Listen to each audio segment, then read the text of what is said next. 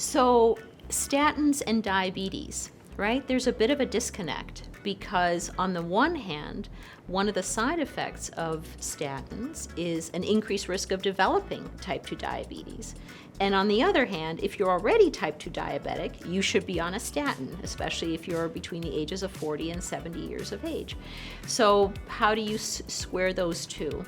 Well, on the established diabetes end, your risk of cardiovascular disease is so high that it makes sense to basically throw the kitchen sink at you in terms of preventing cardiovascular events down the road.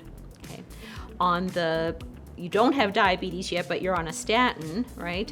Why that happens, we don't really know.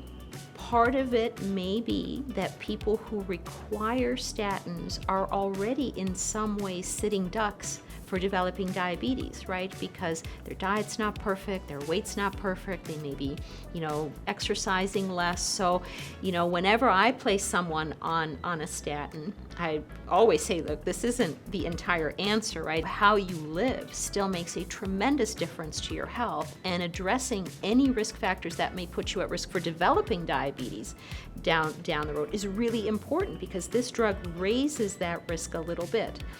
The other thing that's important to point out is that the risk of diabetes that statins, add is considered quite minor, and that the benefit of being on statins and the risk reduction afforded by lowering cholesterol far outweighs the risk of, potentially, triggering diabetes down the road.